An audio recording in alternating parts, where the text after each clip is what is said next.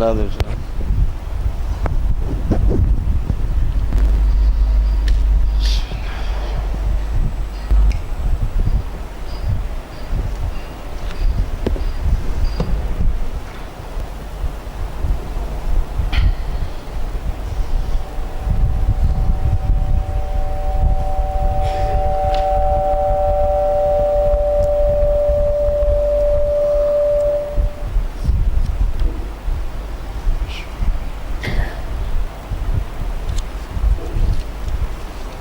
نحمدک یا اللہ علی ما خلقتنا وعلی ما رزقتنا وعلی ما ہدیتنا الی صراط مستقیم، والصلاة والسلام علی سید الانبیاء والمرسلین، اما بعد فاعوذ باللہ من الشیطان الرجیم، بسم اللہ الرحمن الرحیم۔ قال اللہ تبارک و تعالی فی القرآن المجید والفرقان الحمید، وقال لهم نبیہم ان آیت ملکہ ان یأتیکم التابوت التابوت فیہ سکینۃ من ربکم وبقیۃ مما ترک آل موسیٰ وآل ہارون تحملہ الملائکہ ان فی ذلک لآیۃ لکم ان کنتم مؤمنین۔ آمنت باللہ صدق اللہ العظیم۔ قال اللہ تبارک و تعالی فی القرآن المجید والفرقان الحمید فی شان حبیبہ علیہ الصلاۃ والتسلیم، ان اللہ وملائکتہ یصلون علی النبی یا ایہا الذین آمنوا صلوا علیہ وسلموا تسلیما۔ الصلاۃ والسلام علیک یا سیدی یا رسول اللہ، الصلاۃ والسلام علیک یا سیدی یا حبیب اللہ، الصلاۃ والسلام علیک یا سیدی یا شفیع المذنبین، الصلاۃ والسلام علیک یا سیدی یا رحمۃ للعالمین۔ مولا صلی وسلم دائما ابدا علی حبیبک خیر الخلق کلہم۔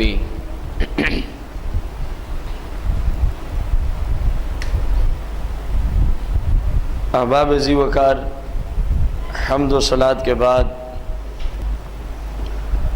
ہمارے آج کے جمعۃ المبارک کے خطبہ میں جو ہمارا موضوع ہے اس کا عنوان یوں ہے، برکت اور تبرک۔ اس ضمن میں برکت اور تبرک کے حوالے سے ہماری آج کی یہ پہلی قسط ہوگی، جو قرآن مجید فرقان حمید کی روشنی میں اسی اہل سنت کے نظریے پر دلائل پیش کیے جائیں گے۔ اللہ تبارک و تعالی نے سورہ البقرہ شریف آیت نمبر 248 کے اندر ارشاد فرمایا ہے، وَقَالَ لَهُمْ نَبِيُّهُمْ، اور ان بنی اسرائیل والوں سے ان کے نبی نے فرمایا، ان آیت ملک ہی، کہ بے شک ان کے بادشاہ ہونے کی جو علامت اور نشانی ہے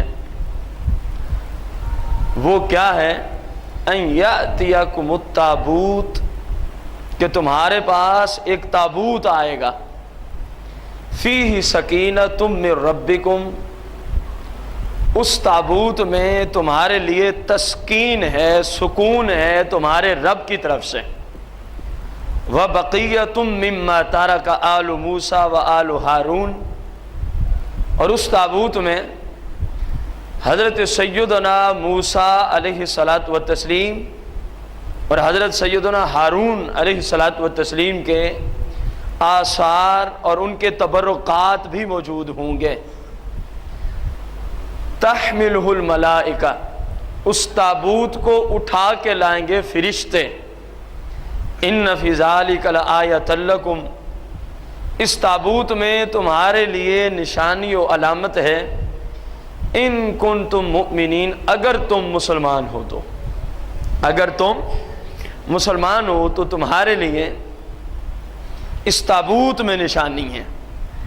اصل میں ہمیں سب سے پہلے اس آیت کا سیاق و سباق اور اس کا مفہوم سمجھنا پڑے گا۔ ہوا کچھ یوں کہ بنی اسرائیل کے اندر لوگوں نے اپنے نبی سے جا کے اس بات کا اظہار خیال کیا کہ ہمارے لیے آپ کوئی بادشاہ مقرر فرما دیں، ہمارے لیے آپ کوئی۔ تو ان کے نبی نے ان کو فرمایا کہ تمہارا جو بادشاہ ہے وہ طالوت نامی شخص ہے۔ وہ کون ہے؟ طالوت نامی شخص ہے۔ تو قوم والوں نے کہا ما آیت ملک ہی، اس کے بادشاہ ہونے کی کوئی علامت بھی ہے؟ کیونکہ طالوت ظاہری طور پر ایک غریب شخص تھے۔ ان لوگوں نے کہا کہ یہ کیسے ممکن ہے کہ ہمارا بادشاہ وہ بندہ مقرر کیا جائے جو ظاہری طور پہ غریب ہے؟ یہ باقاعدہ طور پہ قرآن میں ایک جگہ مسئلہ موجود ہے یہی۔ تو پھر ان کے نبی نے ان سے فرمایا ان آیت ملک ہی، تم نے مانگی ہے ان کی بادشاہت کی علامت و نشانی۔ ان کے بادشاہ ہونے کی علامت و نشانی یہ ہے ان یأتیکم التابوت، تمہارے پاس وہ تابوت آئے گا، تمہارے پاس وہ تابوت آئے گا جس تابوت میں تمہارے لیے سکینہ، اطمینان اور سکون بھی ہے، اور جس تابوت میں حضرت سیدنا موسیٰ علیہ السلام کا امامہ شریف، آپ کا عصا مبارک، موسیٰ علیہ السلام کے نالین شریفین بھی موجود ہیں۔ اور وہ تمہارے پاس لائیں گے کون؟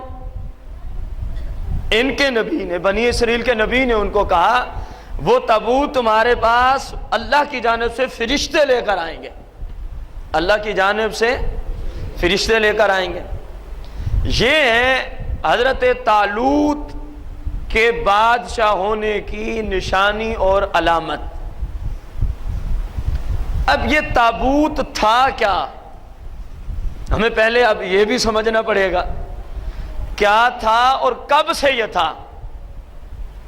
اگرچہ مفسرین کی اس کے اندر کافی مختلف آراء ہیں، لیکن ہم نے جو اکثر عربی مفسرین نے جس بات کو اپنی تفاسیر میں اسی آیت کے تحت لکھا ہے، ہم آپ کو وہ عرض کرتے ہیں۔ جیسا کہ ہمارے سامنے بھی ایک تفسیر ان میں سے موجود ہے جنہوں نے اس تفسیر کو اس جگہ ذکر فرمایا، تفسیر روح البیان۔ ویسے تقریباً عربی کی اکثر تفاسیر کے اندر یہی تفسیر کی گئی ہے۔ مثال کے طور پر تفسیر بغوی میں بھی یہی مسئلہ موجود ہے جو آپ کو عرض کیا جا رہا ہے، تفسیر ابن کثیر میں بھی یہی مسئلہ موجود ہے اسی آیت کے تحت، سورہ بقرہ آیت نمبر 248 کے تحت۔ تفسیر روح المعانی میں بھی یہی ہے، تفسیر قاضی بیضاوی میں بھی یہی مسئلہ موجود ہے، تفسیر امام فخر الدین رازی کی تفسیر کبیر میں بھی یہی مسئلہ موجود ہے، تفسیر سید طنطاوی میں بھی یہی مسئلہ موجود ہے، تفسیر خازن میں بھی یہی مسئلہ موجود ہے۔ یہ ساری تفاسیر عربی زبان کے اندر ہے، اور ہمارے پاس جو اس وقت تفسیر ہے یہ تفسیر روح المعانی ہے، بلکہ تفسیر روح البیان ہے۔ اس کے اندر بھی یہی موجود ہے کہ آخر یہ تابوت چیز کیا ہے، کب سے یہ آ رہا ہے۔ وقال ارباب الاخبار ان اللہ تعالی انزل علی آدم علیہ السلام تابوتا، یہ جس تابوت کی یہاں بات کی جا رہی ہے یہ تابوت اللہ تبارک و تعالی نے جناب آدم علیہ السلام پر نازل فرمایا تھا۔ کن پر نازل فرمایا تھا؟ آدم علیہ السلام پر۔ فیہ تماثیل الانبیاء علیہم السلام، اور اس تابوت میں جب اللہ پاک نے نازل فرمایا آدم علیہ السلام پر، اس میں انبیاء علیہم السلام کی تصاویر تھیں اور انبیاء علیہم السلام کے گھروں کی تصویریں تھیں، ان کی اپنی اور ان کے گھروں کی تصویریں تھیں۔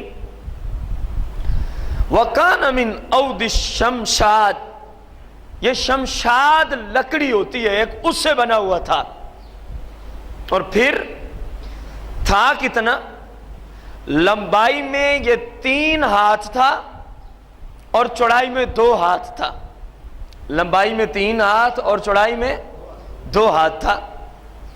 فَقَانَ عِنْدَ آدم علیہ السلام، اللہ پاک نے اس کو نازل فرمایا، اور یہ تابوت کن کے پاس رہا؟ جناب حضرت سیدنا، حتیٰ کہ آپ دنیا سے تشریف لے گئے تو آپ کی اولاد کی طرف وراثت میں یہ منتقل ہوا، آپ کے بعد جس آپ کے اولاد میں سے فرد کو ملا اس کا انتقال ہوا تو یہ مزید منتقل ہوا، حتیٰ کہ یہ ان وصل الی یعقوب علیہ السلام، حضرت یعقوب علیہ السلام تک ان پہنچا۔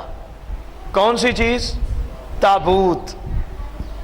ثم باقیہ فی ایدی بنی اسرائیل، پھر جناب یعقوب علیہ السلام کے بعد، کیونکہ آپ کو اس بات کا علم ہوگا، اکثر ہم نے عرض کیا کہ بنی اسرائیل یہ اولاد یعقوب کو کہا جاتا ہے، قرآن میں جہاں بھی آتا ہے یا بنی اسرائیل اذکروا نعمتی اللتی، اے اولاد یعقوب میرے انعامات کو یاد کرو جو میں نے تم پہ کیے، تو بنی اسرائیل اولاد یعقوب کو کہا جاتا ہے، اولاد یعقوب کو کہا جاتا ہے۔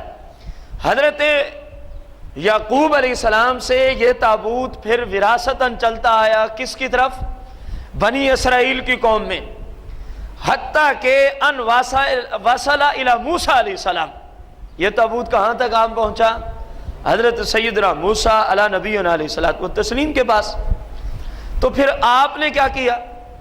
آپ نے اس کے اندر مزید کچھ اپنا سامان رکھنا شروع فرمایا، اپنا امامہ شریف اس کے اندر رکھتے تھے آپ، کیونکہ جہاں بھی جانا آپ کے ساتھ، حتیٰ کہ جب جنگوں پہ آپ جاتے تھے یہ تابوت آپ کے ساتھ ہوتا تھا، اور اس تابوت کی برکت سے اللہ تبارک و تعالی جنگ میں فتح عطا فرما دیا کرتا تھا۔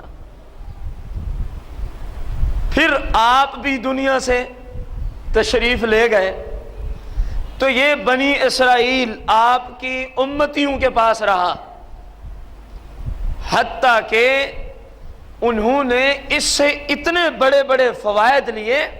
وَكَانُوا إِذَا اخْتَلَفُوا فِي شَيْءٍ، جب ان لوگوں کا کسی معاملے میں جھگڑا ہو جاتا، آپس میں کیا ہو جاتا؟ جھگڑا ہو جاتا، تَحَاكَمُوا إِلَيْهِ، تو وہ لوگ ایک دوسرے کو کہتے کہ اپنا فیصلہ ہم نے تابوت سے کروانا ہے، اپنا فیصلہ ہم نے کہا کس سے کروانا ہے؟ وہ لوگ تابوت کے پاس آتے، غور کرتے جائیں، برکت اور تبرک کو فقط اہل سنت نہیں مانتے، قرآن بھی اس چیز کو بیان کر رہا ہے، آپ غور کرتے جائیں۔ وہ لوگ تابوت کے پاس جاتے اور اپنا اپنا مدعا بیان کر دیتے، فَيُكَلِّمُهُمْ، پھر یہ تابوت ان لوگوں سے ہم کلام ہوتا، پھر یہ تابوت ان لوگوں سے کیا ہوتا؟ فَيُكَلِّمُهُمْ، یہ ان سے کلام کرتا، وَيَحْكُمُ بَيْنَهُمْ، اور ان کے اختلاف اور جھگڑے میں یہ فیصلے کیا کرتا تھا۔ گویا ہے یہ تابوت، لیکن کام کون سا کر رہا ہے؟ ایک قاضی اسلام والا کام کر رہا ہے، ایک جج اور جسٹس والا کام کر رہا ہے۔ ان لوگوں میں جب جھگڑا ہوتا وہ کہاں چلے جاتے؟ تابوت، اور اس کو سامنے رکھتے، اور وہ دونوں جھگڑنے والے لوگ، وہ بھی اپنا مدعا بیان کر دیتا اور دوسرا بھی، پھر تابوت فَيُكَلِّمُهُمْ، ان سے کیا کرتا؟ کلام کرتا، گفتگو کرتا، پھر ان کے فیصلے کرتا۔ وَكَانُوا إِذَا حَضَرُوا الْقِتَالَ يُقَدِّمُونَهُ بَيْنَ أَيْدِيهِمْ، وَيَسْتَفْتِحُونَ بِهِ عَلَىٰ عَدُوِّهِمْ، اور جب وہ موسیٰ علیہ السلام کے بعد آپ کے امتی کسی دشمن قوم سے لڑنے کے لیے جاتے، جہاد کے لیے، جنگ کے لیے جاتے، تو وہ تابوت کو اپنے ساتھ رکھتے اور اللہ کی جناب میں عرض کرتے مولا اس تابوت میں جو کچھ ہے اس کی برکت سے ہمیں تو جنگ میں فتح عطا فرما دے۔ اور اللہ تبارک و تعالی بنی اسرائیلیوں کو تابوت کے اندر جو کچھ تبرکات تھے وہ میں ابھی عرض کرتا ہوں، ان تبرکات کی برکت سے اللہ ان کو جنگ میں فتح عطا فرما دیا کرتا تھا، حتیٰ کہ ان لوگوں نے فلما عصوا وفسدوا، ان لوگوں نے اپنے نبی موسیٰ علیہ السلام کی شریعت کے خلاف زندگی گزارنا شروع کی، یہ تورات شریف کے احکامات کے خلاف چلنا شروع ہو گئے، وَعَصَوْا، اور اپنے نبی کی نافرمانی پہ زندگی گزارنا انہوں نے شروع کر دیا، تو اللہ تبارک و تعالی نے ان پر سلط اللہ علیہم العمالقۃ، اللہ تبارک و تعالی نے ان بنی اسرائیلیوں پر ان کی نافرمانی کی وجہ سے انہوں نے اپنے نبی موسیٰ علیہ السلام کی شریعت کے خلاف عمل کیا، اس وجہ سے دیکھیں الفاظ ہیں سلط اللہ علیہم العمالقۃ، اللہ تبارک و تعالی نے ان بنی اسرائیلیوں پر قوم عمالقہ کو مسلط کر دیا۔ قوم عمالقہ کو کیا کر دیا؟ کیوں کیا؟ کیونکہ انہوں نے اپنے نبی کی شریعت کے خلاف چلنا شروع کر دیا۔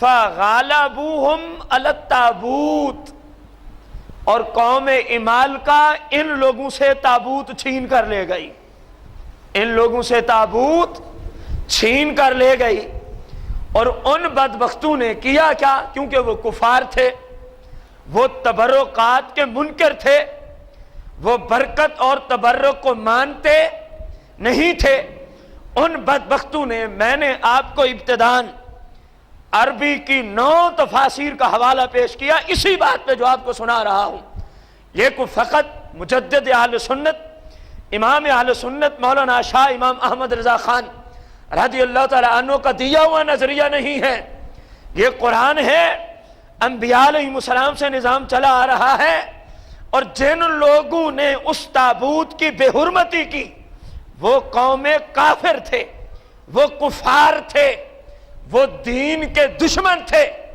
ان لوگوں نے کیا کیا؟ قوم عمالقہ میری مراد ہے، ان لوگوں نے جناب والا وَجَعَلُوا فِي مَوْضِعِ الْبَوْلِ وَالْغَائِطِ، انہوں نے تابوت جس میں کیا تھا یہ ابھی آ رہا ہے، ان بدبختوں نے اس تابوت کو اس جگہ پہ رکھ دیا جہاں پر معاذ اللہ وہ بول اور براز کیا کرتے تھے، وہ پیشاب و پخانہ کیا کرتے تھے، اس جگہ ان بدبختوں نے اس تابوت کو جا کے رکھ دیا۔ فلما اراد اللہ، پس جب اللہ کا ارادہ ہوا کہ اللہ طالوت کو بنی اسرائیل کا بادشاہ بنا دے، اللہ طالوت کو بنی اسرائیل کا کیا بنا دے؟ بادشاہ بنا دے، تو اللہ تبارک و تعالی نے قوم عمالقہ پر مصیبتیں اور بیماریاں نازل فرما دی۔ اب غور کرتے جائیں اللہ کے قدرت کے نظام کیسے ہیں۔ ادھر ایک نبی سے قوم مطالبہ کر رہی ہے کہ ہمارے اندر آپ کیا مقرر کریں، کوئی ایک بادشاہ، ادھر اتنی لمبی طویل کہانی سے گزرتے ہوئے یہ تابوت جس کی اب بے حرمتی کی جا رہی تھی، اللہ تبارک و تعالی نے اس تابوت کی بے حرمتی کرنے والی قوم کو مرض میں مبتلا کر دیا، ان کا جو فرد بھی اس کے قریب جاتا بول و براز کرنے وہ بواسیر کے مرض میں مبتلا کر دیا جاتا۔ کون سے مرض میں؟ بواسیر کے مرض میں اس کو اللہ تبارک و تعالی مبتلا کر دیتا۔ وَحَلَقَتْ مِنْ بَلَادِهِمْ 5 مدائن، اور قوم عمالقہ کے 5 محلے، 5 محلوں کے افراد، 5 بستیوں کے لوگ، حلقت اسی وجہ سے تباہ و برباد کر دیے گئے کہ انہوں نے اس تابوت کی بے حرمتی کی تھی. اس تابوت کی عزت انہوں نے، اللہ پاک نے ان کی 5 بستیوں کو زمین سے صفحہ ہستی سے مٹا کے رکھ دیا.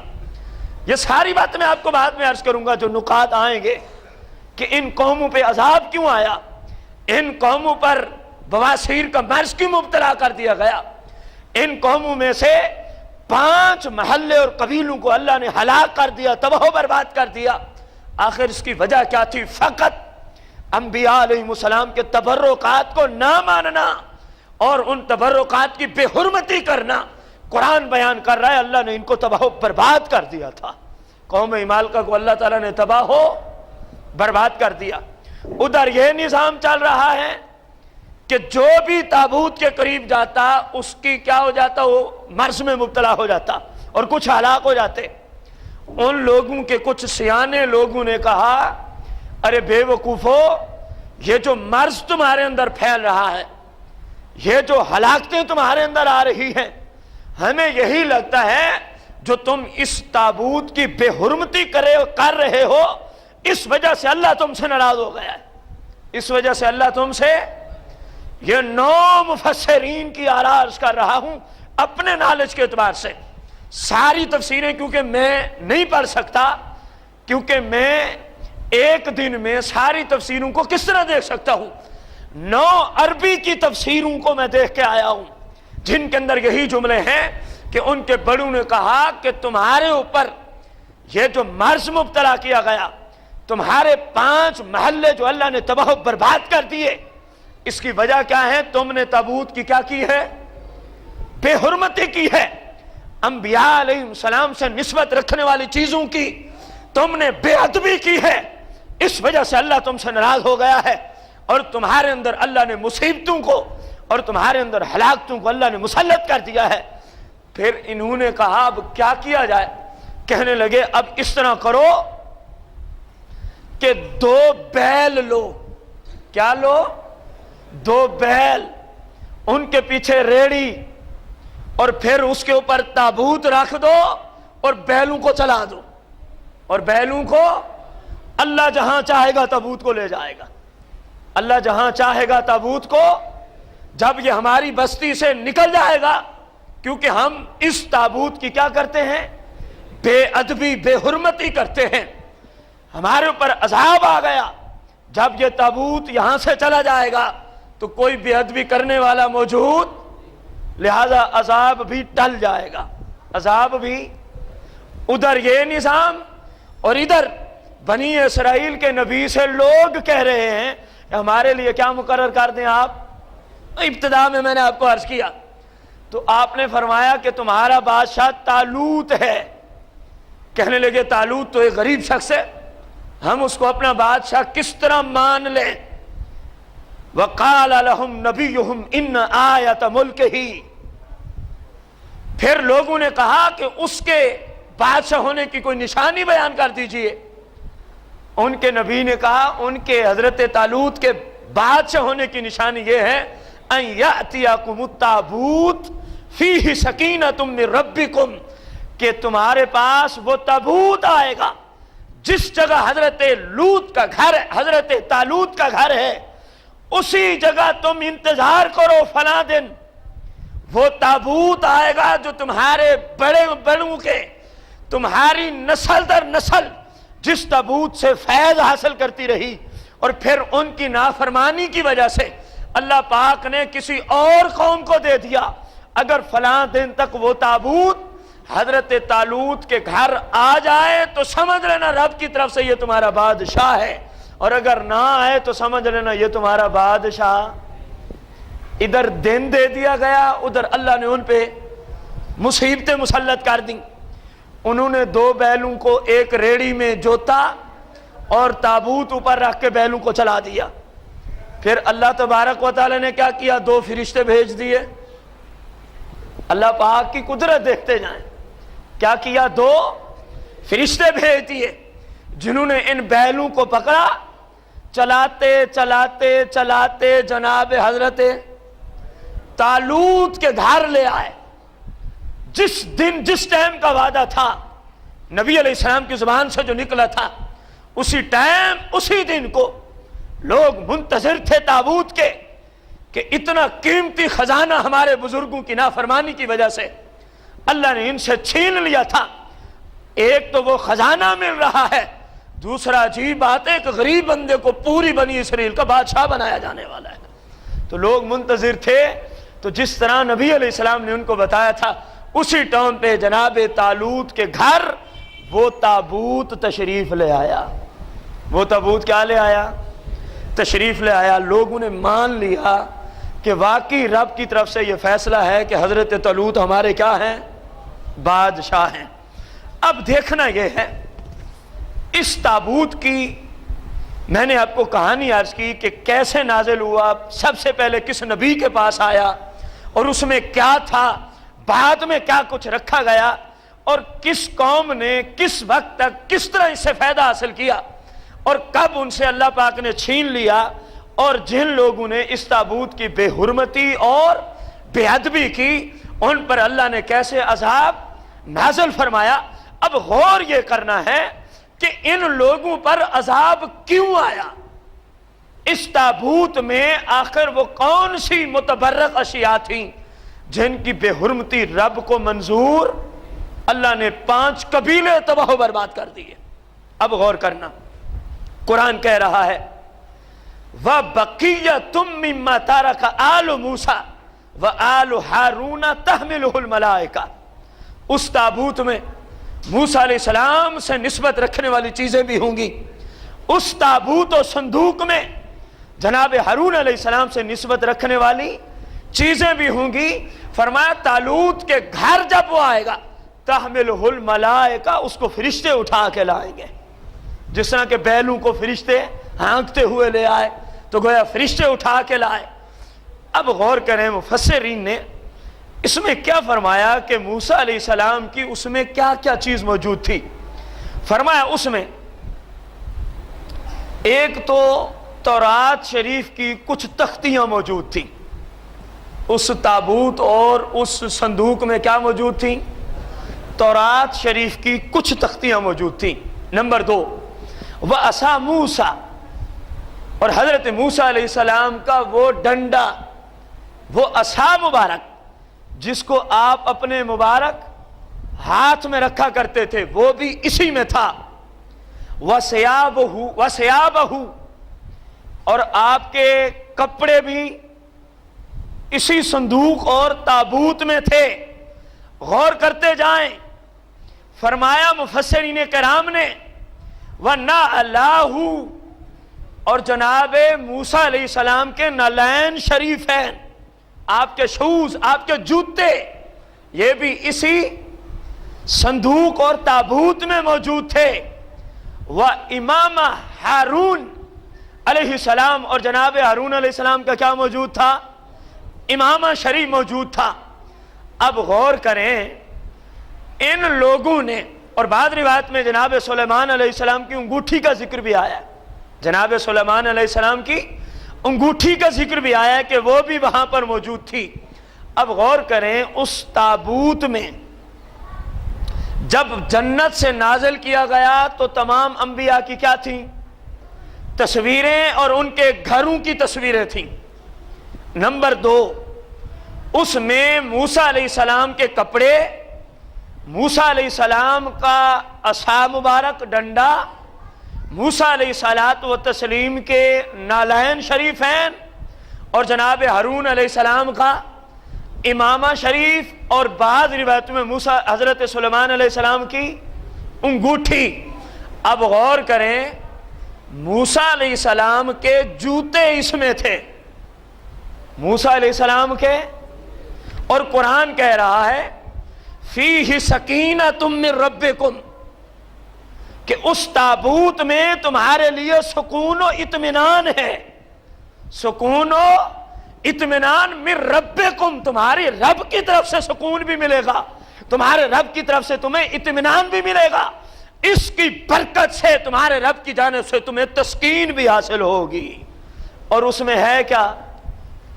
وہ چمڑے کی جوتی جس کو ایک عام شخص نے بنایا، لیکن بنانے والا عام ہے، چمڑا عام ہے۔ غور کریں، جب کسی کے مبارک پاؤں لگتے ہیں تو قرآن اس چیز کو بھی کہہ رہا ہے کہ اس تبرک میں بھی مسلمانوں کے لیے سکون بھی ہے، اطمینان بھی ہے، مبارک بھی ہے، طیب بھی ہے، طاہر بھی ہے۔ اسی طرح یہ کپڑا میں نے بھی پہن رکھا ہے، آپ لوگوں نے بھی پہن رکھے ہیں کپڑے۔ ان کپڑوں میں کوئی برکت ہے؟ ایک عام بندے کی مثال لیں، اس میں کوئی سکینہ ہے؟ اس میں کوئی تسکین ہے لوگوں کے لیے؟ پیچھے بھی غور کریں نا، یہ لوگ جب جنگ کرنے جاتے بنی اسرائیل کے لوگ تو اس تابوت کو سامنے رکھتے اور اللہ کی بارگاہ میں عرض کرتے، مولا جو کچھ تابوت میں تبرکات موجود ہیں، ان تبرکات کے طفیل مولا ہمیں ہماری دشمن قوم پہ فتح عطا فرما۔ اور مفسرین نے لکھا اللہ ان کو ان تبرکات کے طفیل اللہ فتح عطا فرما دیتا۔ کپڑا عام، لیکن جب نبی کے جسم سے لگا متبرک ہو گیا۔ چمڑے کی جوتی عام چمڑا ہے، لیکن جب نبی علیہ السلام کے مبارک پاؤں سے لگا، وہی چیز قرآن کہہ رہا ہے، تبرک بھی ہو گئی، متبرک بھی ہو گئی، اور اس سے مسلمانوں کو اللہ کیا دیتا رہا؟ فتح بھی دیتا رہا دشمنوں پر۔ اور سب سے بڑی بات پیچھے میں عرض کر آیا ہوں کہ جب وہ لوگ آپس میں جھگڑا کرتے تو تابوت کو سامنے رکھتے اور دونوں جھگڑا کرنے والے اپنا اپنا مدعا سنا دیتے۔ فَيُكَلِّمُهُمْ، یہ تابوت اور یہ صندوق ان لوگوں سے کلام کرتا اور ان کے فیصلے بھی کیا کرتا تھا۔ غور کریں، یہ سکینہ بھی ہے، یہ تبرک بھی ہے، یہ متبرک بھی ہے، اور سب سے بڑی بات یہ قاضی کا کام بھی کرتا رہا ہے۔ آخر اس صندوق میں چیز کیا تھی جو اتنے سارے خصائص اپنے اندر رکھتی تھی؟ انبیاء علیہ السلام سے نسبت رکھنے والی اشیاء موجود تھی۔ انبیاء علیہ السلام سے نسبت رکھنے والی چیزیں اور اشیاء موجود تھیں۔ کسی کے کپڑے موجود ہیں، کسی نبی کی تصویر موجود ہے، کسی نبی کے گھر کا نقشہ موجود ہے، کسی نبی کا امامہ موجود ہے، کسی نبی کی انگوٹھی موجود ہے، کسی نبی کے نالین شریفین موجود ہیں۔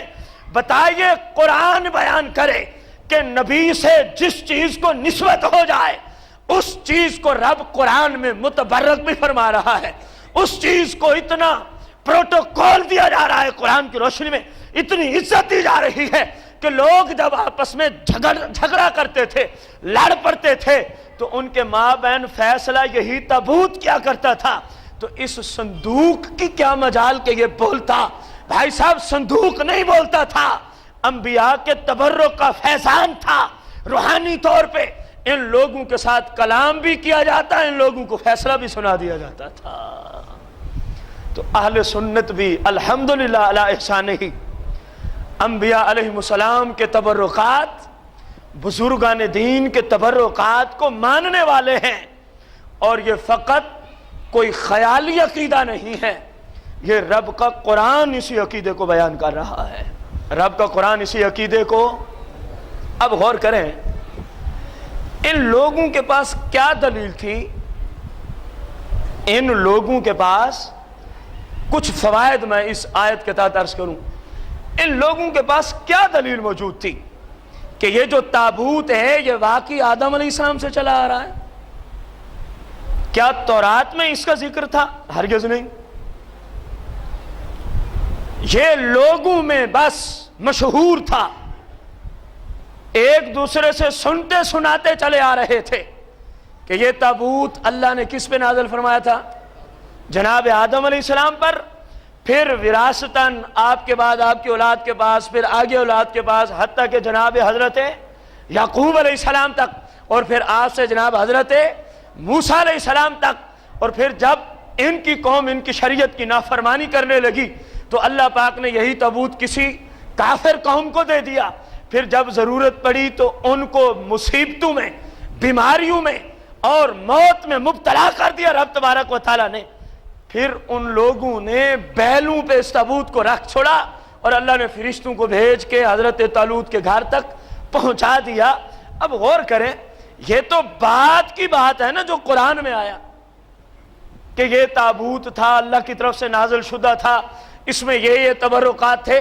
قرآن میں تو بعد میں آیا، کیونکہ قرآن کا نزول بنی اسرائیل سے کئی سو سال بعد میں ہو رہا ہے۔ تو ان لوگوں کے پاس کیا دلیل تھی؟ کوئی بھی نہیں تھی، فقط یہ دلیل تھی کہ وہ سنتے سناتے آ رہے تھے کہ یہ انبیاء کے تبرکات ہیں، یہ انبیاء کے۔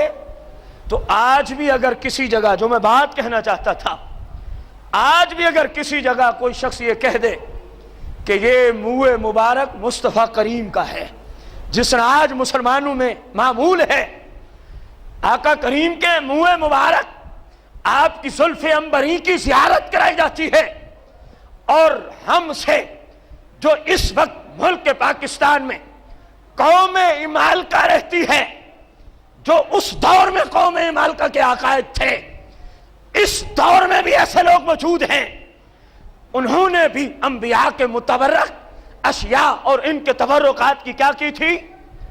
بے ادبی کی تھی، نافرمانی کی تھی اور توہین کی تھی۔ اور اللہ پاک نے ان لوگوں کے 5 قبیلے تباہ و برباد کر دیے تھے، اور اللہ پاک نے قوم امالکا پر بواسیر کے مرض کو مبتلا کر دیا تھا۔ وہ اس دور کے قوم امالکا کے نظریات تھے کہ نبیوں کے تبرکات کی کوئی وقت نہیں، انبیاء و بزرگوں کے ساتھ نسبت رکھنے والی چیز کی کوئی ویلیو نہیں، بلکہ اس کی بے ادبی کی۔ اللہ نے ان پر عذاب بھیج کے بتا دیا کہ یہ عقیدہ اللہ کی مرضی کے خلاف ہے، کہ بزرگوں کے تبرکات کو کوئی مقام نہیں، یہ عقیدہ اللہ کی مرضی کے خلاف ہے۔ اس لیے اللہ پاک نے قوم امالکا پر عذاب نازل کر دیا۔ اور آج جو پاکستان میں قوم امالکا موجود ہے، جو بزرگان دین کے تبرکات کے خلاف بولتے ہیں، بزرگان دین کے ساتھ نسبت رکھنے والی چیزوں کے خلاف زبان درازی کرتے ہیں، اور جب کہیں کسی جگہ منہ مبارک کی زیارت کرائی جاتی ہے، پھر کیا کہتے ہیں آپ لوگوں کو دھوکہ دینے کے لیے؟ یہ کون سی بخاری شریف کی حدیث میں آیا ہے کہ یہ حضور کے ہی منہ مبارک ہیں؟ میں اس قوم امالکا سے سوال کرتا ہوں جو بنی اسرائیل سے لے کر موسیٰ حضرت آدم تک یہ تابوت چلتا آیا، ان کے پاس کون سی بخاری کی حدیث موجود تھی جو دلیل ان کے پاس تھی کہ لوگ ایک دوسرے کو کہتے ہوئے چلے آ رہے تھے کہ یہ فلاں فلاں نبی کے کیا ہیں؟ تبرکات ہیں؟ وہی دلیل اہل سنت کے پاس موجود ہے۔ یہاں بھی لوگ کہتے ہوئے چلے آ رہے ہیں کہ یہ آقا کریم کے کیا ہیں؟ یار بولیں تو صحیح، آقا کریم کے کیا ہیں؟ یہ آقا کریم کا امامہ شریف ہے، یہ آقا کریم کے منہ مبارک ہیں۔ جو دلیل ان کے پاس تھی وہی دلیل اہل سنت کے پاس ہے، اور ان کی اس دلیل کو قرآن نے مانا بھی ہے۔ ان کی اس دلیل کو قرآن نے، جب بنی اسرائیل کی اس دلیل کو قرآن مانتا ہے تو کیا خیال ہے مصطفیٰ کریم کی امت کی اس دلیل کو قرآن ٹھکرا دے گا؟ کبھی بھی نہیں۔ قرآن اس دلیل کو مانتا ہے، بس اتنا ہی کافی ہے کہ یہ لوگوں سے چلا آ رہا ہے کہ یہ منہ مبارک مصطفیٰ کریم کا ہے، اور جب اس منہ مبارک کو دیکھنے کی سعادت ملے تو ذہن یہی ہو کہ یہ واقعی مصطفیٰ کریم کا ہی ہے، یہ واقعی مصطفیٰ۔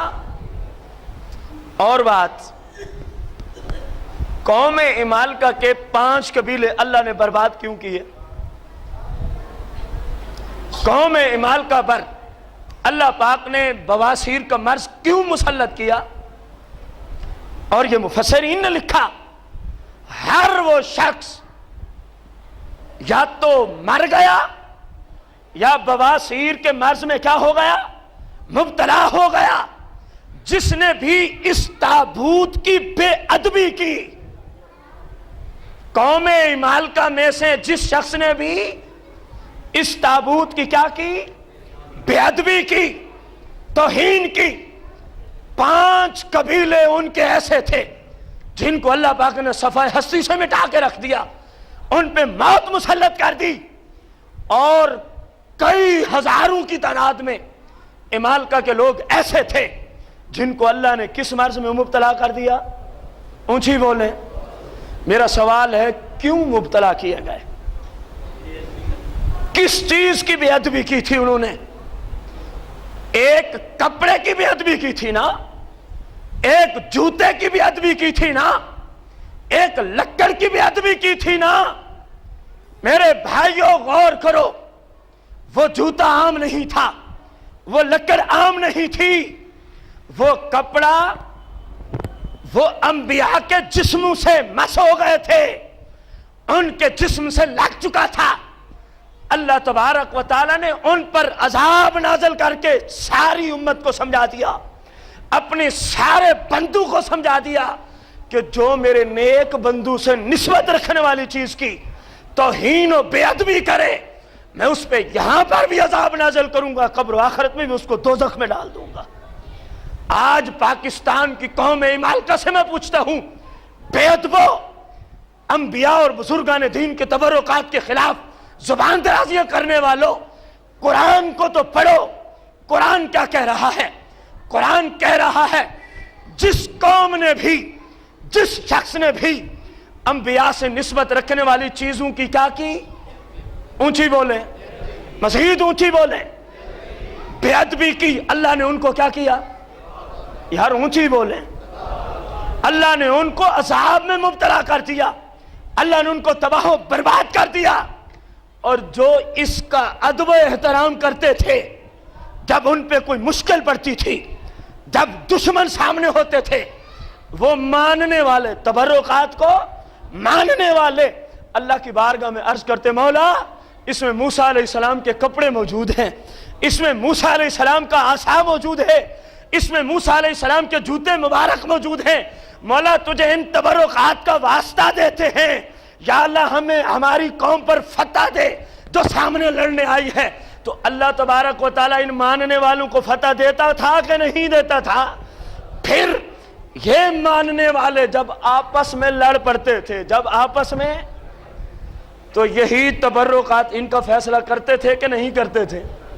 اب قرآن مجید فرقان حمید کی سورہ البقرہ شریف آیت نمبر 248 کے تحت میں نے جو مختصر کلام کیا، بتائیے اس کے تحت انبیاء اور بزرگان دین کے ساتھ نسبت رکھنے والی چیزوں کا قرآن ادب و احترام کرنا سکھا رہا ہے یا بے ادبی سکھا رہا ہے؟ اونچی اب بولنا پڑے گا معذرت کے ساتھ۔ انبیاء علیہم السلام اور نیک لوگوں کے ساتھ جس عام چیز کی نسبت ہو گئی، قرآن اس چیز کے ادب و احترام کا حکم دیتا ہے یا بے ادبی کا؟ اور جن لوگوں نے بے ادبی کی، اللہ پاک نے ان پہ کیا نازل فرمایا؟ تو جو کل اللہ کا نظریہ تھا، جو کل قدرت کی مشیت تھی، وہ آج بھی ہے، وہ قیامت تک رہے گی۔ تو سنیو، تمہیں مبارک ہو، تم اس گروہ اور اس مسلک سے تعلق رکھتے ہو جو کل بھی ادب و احترام والے تھے، جو کل بھی تبرکات کو ماننے والے تھے، الحمدللہ جو آج بھی تبرکات کو ماننے والے ہیں۔ اور جنہوں نے تبرکات کو ٹھکرا دیا، ان پر اللہ کا عذاب نازل ہوا، اللہ نے مصیبتیں نازل کر دیں۔ بتایا جائے اللہ کا عذاب انہی لوگوں پر آتا ہے جن سے اللہ راضی ہوتا ہے؟ یار اونچی تو بولیں۔ اللہ مصیبتیں ان لوگوں پہ نازل فرماتا ہے جن سے اللہ راضی ہوتا ہے؟ تو اللہ ان سے ناراض کیوں ہوا تھا؟ یہ تبرک اور تبرکات کے منکر تھے، تبرک اور تبرکات کے کیا تھے؟ منکر تھے۔ اور بقایا جو اس کو مانتے تھے، ان کی مشکلیں بھی حل فرمائیں۔ کیوں؟ کیونکہ وہ تبرک اور تبرکات کو ماننے والے تھے، ادب و احترام کرنے۔ پتہ ہے کس طرح اٹھا کے جاتے؟ جب جنگوں میں جاتے تو آگے باقاعدہ اہم ترین فوج کے بندے اس کو بڑی عزت ادب و احترام کے ساتھ اٹھاتے، وہ آگے آگے ہوتے، بقایا ساری فوج پیچھے چلا کرتی، اور اللہ کی جناب میں عرض کرتے، مولا ان تبرکات کے طفیل ہمیں ہماری اس سامنے آنے والی دشمن قوم پر ہمیں کیا عطا فرما؟ اور اللہ پاک ان کو فتح عطا فرما دیتا۔ یہ قرآن کا فیصلہ ہے۔ تو اس آیت کے تحت آج کے جمعۃ المبارک میں ہمیں سمجھ آ گئی کہ برکت اور تبرکات کو ماننا یہ قرآنی عقیدہ ہے، اور ان چیزوں سے جن چیزوں کو انبیاء علیہ السلام کے ساتھ نسبت ہو جائے ان چیزوں سے شفا لینا، مشکلیں دور کرانا، ان چیزوں سے برکات وصول کرنا، یہ کس کتاب نے عقیدہ سکھایا ہے؟ اونچی بولیں، قرآن مجید فرقان حمید نے یہ برکت اور تبرکات کے معاملے میں ہماری آج پہلی قسط تھی، اگلے جمعۃ المبارک پہ انشاءاللہ اس کی دوسری قسط ہوگی، اور اگلے جمعۃ المبارک میں قرآن سے یہ ثابت کیا جائے گا کہ انبیاء کے کپڑے بھی مشکل کشا ہوتے ہیں، انبیاء کے کپڑے بھی کیا ہوتے ہیں؟ مشکل کشا۔ قرآن سے اگلے خطبے میں یہ ثابت کر دیا جائے گا انبیاء کے کپڑے بھی لوگوں کو شفا دینے والے ہوتے ہیں۔ قرآن سے اگلے خطبے میں جمعۃ المبارک پہ یہ ثابت کر دیا جائے گا کہ جس زمین کے حصے پر اللہ کا نبی تشریف رکھتا ہے، قرآن کہتا ہے لوگوں یہ برکت والی زمین ہو چکی ہے، اس زمین کے قریب جاؤ، اللہ کی رحمتیں تمہیں میسر ہوں گی، اللہ کی رحمتیں تمہارے اوپر برسنا شروع ہو جائیں گی۔ بھائی صاحب یہ اگلے جمعۃ المبارک پر قرآن کی روشنی میں سارا کچھ ہم عرض کریں گے۔ آپ بھائیوں سے ایک اپیل اور ایک عرض ہے کہ آپ ٹائم پر تشریف لایا کریں تاکہ زیادہ سے زیادہ قرآن و سنت کو سیکھنے کا آپ کو موقع مل سکے۔ کوشش کریں گے انشاءاللہ اگلا جمعۃ المبارک کا جو خطبہ ہوگا 12:50 پہ شروع ہو جائے گا، 12:50 پہ کوشش کیا کریں تشریف لایا کریں تاکہ زیادہ سے زیادہ ہم اللہ کے دین کو سیکھ کریں۔ اللہ تعالی ہم سب کو دین کو سیکھ کر عمل کی توفیق عظیمہ عطا فرمائے، آمین بجاہ النبی الکریم رؤوف رحیم۔